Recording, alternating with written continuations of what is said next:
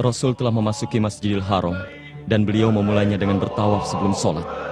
Beliau melakukan tawaf 7 putaran dengan mengendarai untanya dan para sahabat mengikuti. Kalau begitu, ayo kita bergabung dengan mereka.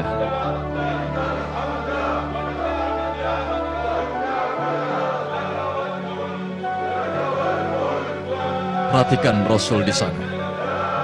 Beliau mengusapkan tangannya di rukun Yamani dan juga Hajar Aswad di setiap putaran.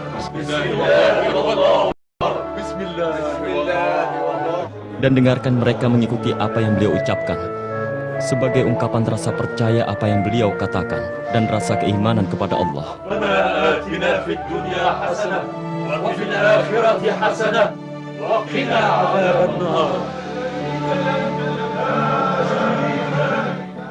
Beliau telah menyelesaikan tawafnya, lalu berdiri di makam kakeknya Ibrahim, bapaknya para nabi.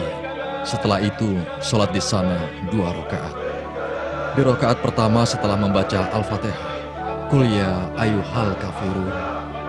Dilanjutkan, Qul huwallahu ahad. Di rakaat kedua. Ayo kita tawaf, setelah itu kita sholat. Lalu kita bergabung dengan Rasul dan jamaah haji yang lain untuk melaksanakan sa'i dari Sofa ke Marwah.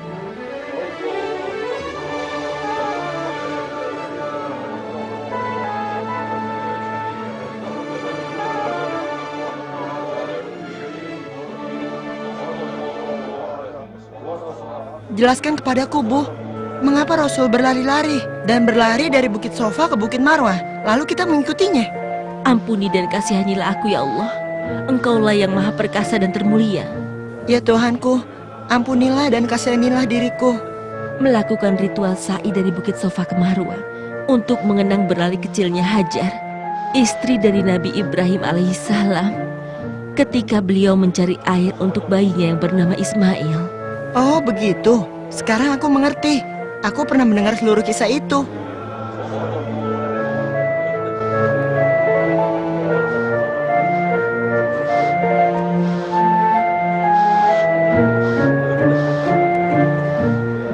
Ayo kita bertahlul dahulu, karena kita sudah menyelesaikan ibadah ihram kita. Tetapi ayah belum kembali. Apa sebaiknya kita menunggunya? Ayah harus tetap berpakaian ihram sampai dia selesai melaksanakan ibadah haji. Apa aku juga harus memotong rambutku seperti yang dilakukan mereka? Iya, dan setelah itu kamu bisa berganti pakaian. Semoga Allah menerima umroh kalian. Dan bagi siapa yang hendak berhaji bersama Rasul, hendaknya dia bersiap-siap esok untuk menuju Mina untuk menyelesaikan ibadah hari Tarwiyah bersama Nabi Muhammad SAW melewati Padang Arafah. Kita berwukuf di sana pada tanggal 9 Zulhijjah hingga terbenamnya matahari. Dan wukuf ini adalah rukun haji yang paling penting karena haji adalah wukuf di Arafah. Setelah matahari terbenam, Nabi Muhammad SAW singgah di Musdalifah, bermalam di sana dan sholat subuh di sana. Kemudian berangkat ke Mina dan di sana kita melontar jumroh.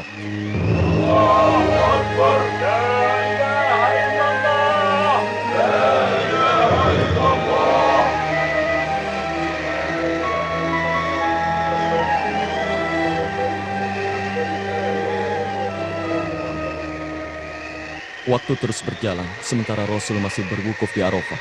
Beliau menghadap ke kiblat dan berdoa kepada Tuhannya, tidak bercakap-cakap dengan yang lain.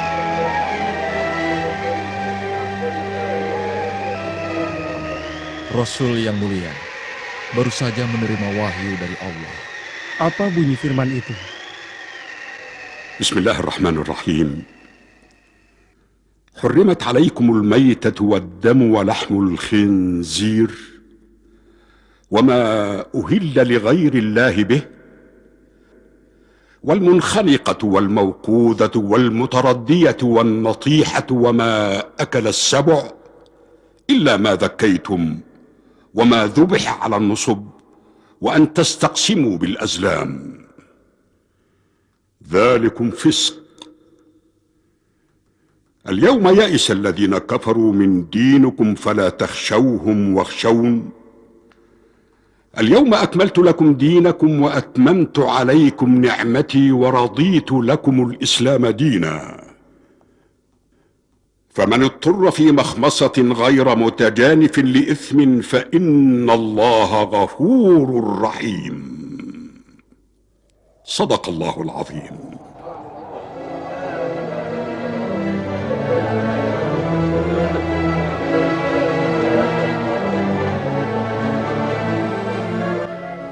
Lihat ya, Ya, Rasul sedang turun dari untanya Qaswah dan Rasul sedang memanjat bukit itu. itu memang benar anakku. Sesungguhnya beliau hendak menyampaikan khutbahnya kepada kaum muslimin. Ayo kita ke sana. Kita harus mencari tempat untuk mendengarkan khutbah beliau. Ayo istriku, kita jangan sampai ketinggalan. Wahai kaum muslimin, ayo berkumpullah untuk mendengarkan khutbah Nabi Sallallahu Alaihi Wasallam.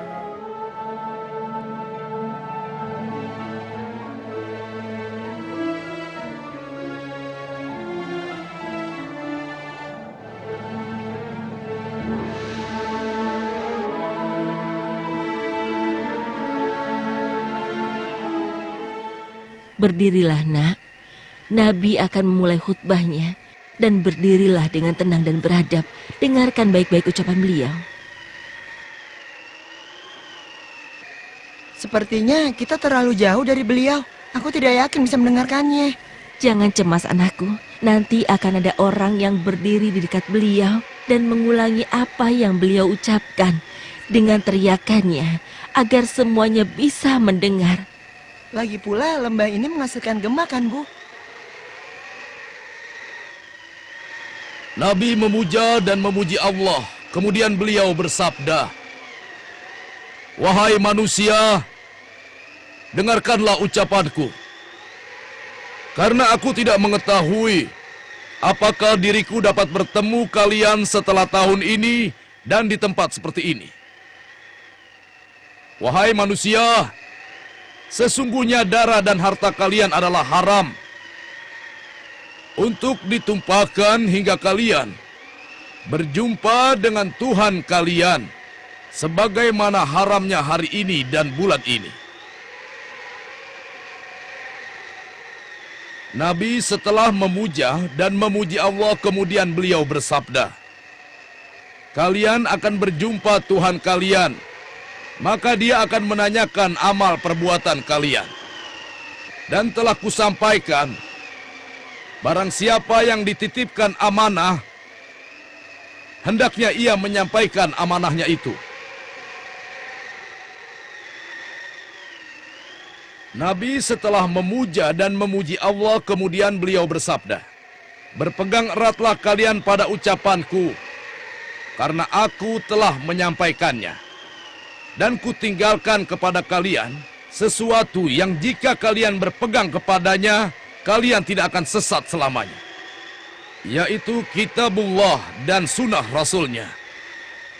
Dan Rasulullah bertanya, "Tahukah kalian hari apakah hari ini?" "Hari Akbar." Rasulullah bersabda, "Allah mengharamkan darah kalian dan juga harta kalian hingga kalian berjumpa Tuhan kalian seperti haramnya hari ini." Rasulullah juga bertanya, "Sudahkah aku sampaikan ini pada kalian?" "Ya." Dan Rasulullah bersabda, "Ya Allah, saksikanlah."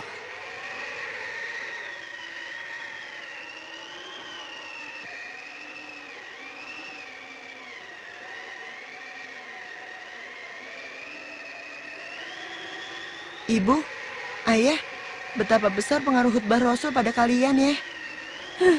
As-Siddiq menangis dan mengatakan bahwa dirinya merasakan risalah Nabi sudah selesai dan hari-harinya semakin dekat.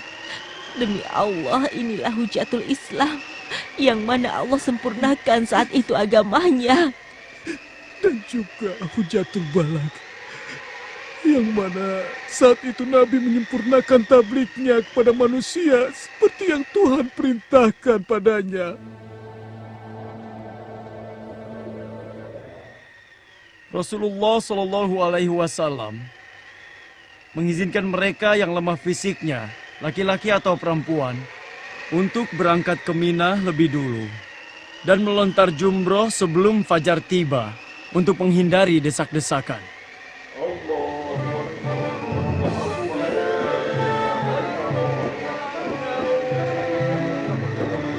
Allahu Akbar, Allahu Akbar, La ilaha illallah.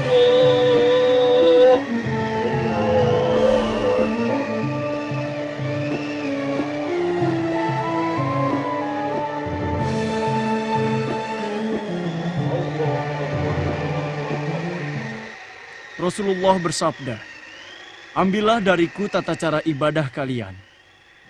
Kalian akan berangkat ke Mina, lalu kalian melontar jumroh Aqobah dengan 7 batu kecil.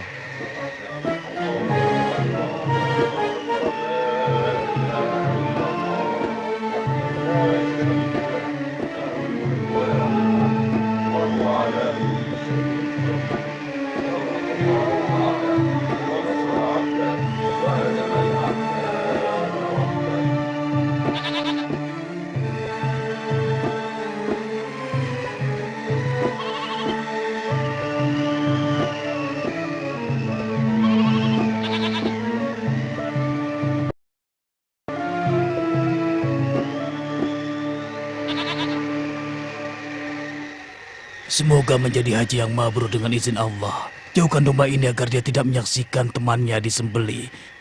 Begitulah yang Rasulullah Shallallahu Alaihi Wasallam perintahkan pada kita. Alaihi salatu wassalam. Anda benar penyembelih hewan. Memang demikianlah cara Rasulullah mengorbankan hewannya, yang terdiri dari 100 ekor unta, menyembelih 63 unta, sebagai ganti 63 tahun kehidupan beliau. Dan Ali bin Abi Thalib menyembelih sisanya. Sekarang ambillah upah Anda sebagaimana Rasulullah ajarkan. Dan bila dengan ini diriku menafkahi Anda, maka kuniatkan karena Allah. Rasul memerintahkan pada kalian semua untuk berangkat ke Baitullah dan melakukan tawaf ifadah, lalu kembali ke Mina. Setelah itu menginap 2 atau 3 malam dan melontar 3 tempat jumroh.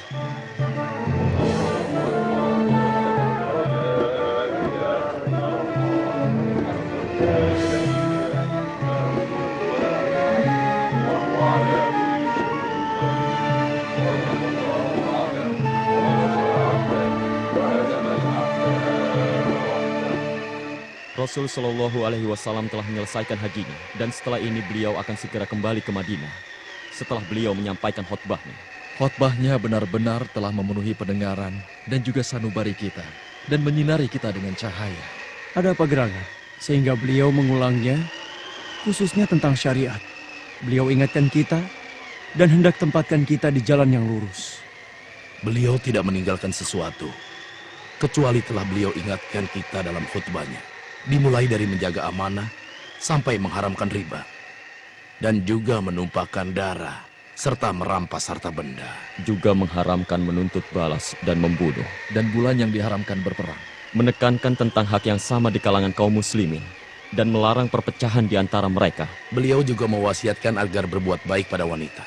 Kenapa beliau mengatakan kepada kita, barangkali diriku tidak akan bertemu dengan kalian setelah tahun ini, tepat pada hari ini, dan juga bulan ini. Maha suci Allah. Bukankah termasuk rukun iman mengimani hal yang gaib? Tidak ada cara lain kecuali kita mengucapkan salam perpisahan kepada beliau. Kalau kita meninggal tahun ini, haji ini disebut haji wada. Apa yang dikhawatirkan kaum muslimin benar-benar terjadi.